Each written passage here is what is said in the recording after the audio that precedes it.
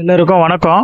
இன்றைக்கி வந்து பார்த்திங்கன்னா நம்ம என்ன டாபிக் பார்க்க போகிறோம்னாக்கா, வள்ளலார் வந்து பார்த்திங்கன்னா நிறைய இடத்துல வந்து பார்த்திங்கன்னா வியாதவேசர் அவர் எழுதிய வந்து புராணம், இதிகாசம், வேதம் இதெல்லாம் வந்து பார்த்திங்கனாக்கா ஒரு குப்பைன்ற மாதிரி சொல்கிறாரு. அவர் ஏன் இது குப்பைன்ற மாதிரி சொல்கிறாருனாக்கா அதில் உண்மை இருக்குது, சரிங்களா? பட் அது தெரிஞ்சுக்கணுன்னாக்கா நம்மளுக்கு வந்து பார்த்திங்கன்னா 40லேருந்து 50 வருஷம் ஆகிடும், ஓகேங்களா? அதுலேருந்து உண்மை கண்டுபிடிச்சி நீங்கள் எடுக்கிறதுக்கு. அதனால தான் அது பின்னாடி போகாதீங்க, அதெல்லாம் வந்து குப்பை, அது வந்து முடிவை வந்து கரெக்டாக சொல்லாது, சுற்றி வளைச்சி எடுத்துகிட்டு போவோம், மெகா சீரியல் மாதிரி.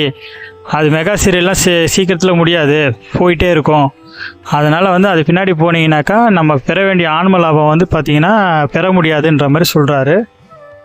அதனால தான் வந்து பார்த்திங்கன்னா அது பின்னாடி போகாதீங்க. வேதம், புராணம், இதிகாசம்லாம் வந்து அதை புரிஞ்சுக்கணுன்னாக்கா 40-50 வருஷம் போயிடும், அதுக்குள்ளேயும் ஆயிலே முடிஞ்சு போயிடும். அதுக்கப்புறம் சாகா கல்வி எப்படி நீங்கள் கற்றுக்க முடியுன்ற மாதிரி சொல்கிறாரு. அது கொஞ்சம் யோசிச்சு பாருங்கள் நண்பர்களே. நன்றி. அடுத்தடுத்த வீடியோவில் ஒன் பை ஒன்னாக பார்க்கலாம்.